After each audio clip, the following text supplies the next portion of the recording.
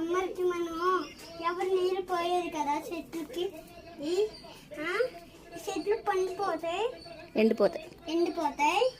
ఇప్పుడు మనం ఇంకో చెట్టు పోస్తున్నాం, అదేంటే మొక్కల చెట్టు. నీళ్ళు పోస్తే మంచిగా ఉంటాయి, ఆపిల్ కూడా వస్తాయి.